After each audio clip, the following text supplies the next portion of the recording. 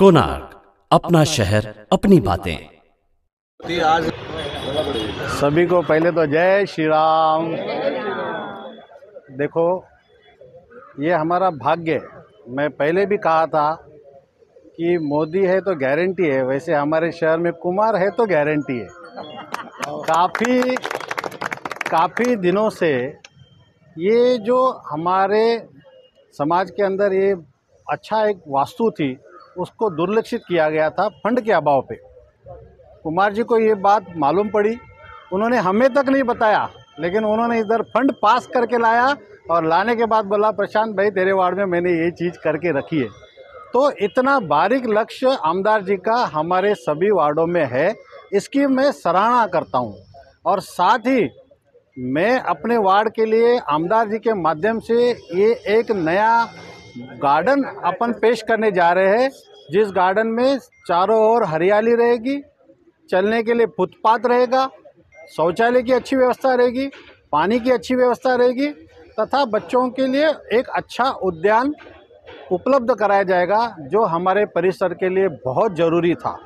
काफ़ी दिनों से यहाँ पे असामाजिक तत्व आते थे, आज उस चीज़ का किधर न किधर रोकथाम होएगा। मैं मेरे सभी वार्डवासियों की ओर से कुमार जी का बहुत बहुत आभार प्रकट करता हूं कि उन्होंने उचित समय पे उचित निर्णय लेके उचित कार्य शुरू किया। उसके लिए वापस एक बार पुनश्च खूब खूब आभार। आप ऐसे ही काम करते रहो, हम पूरी जनता शहर की आपके साथ है। आज आपण ह्या ठिकाणी गार्डनच्या उद्घाटनासाठी जमलेलो आहोत। आज आमचे आमदार श्री कुमार आयलानी यांनी आमच्या वार्डासाठी आणि इथल्या रहिवाशांसाठी खूप चांगल्या प्रकारे कार्य करण्याचं उचित आज उद्घाटन केलेलं आहे।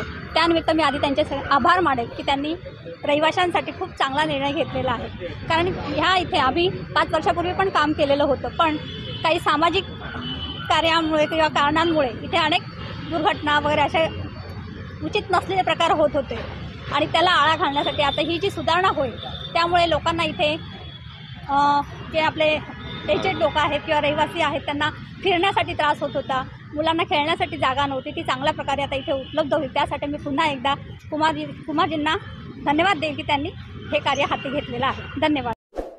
कोणार्क, अपना शहर अपनी बातें।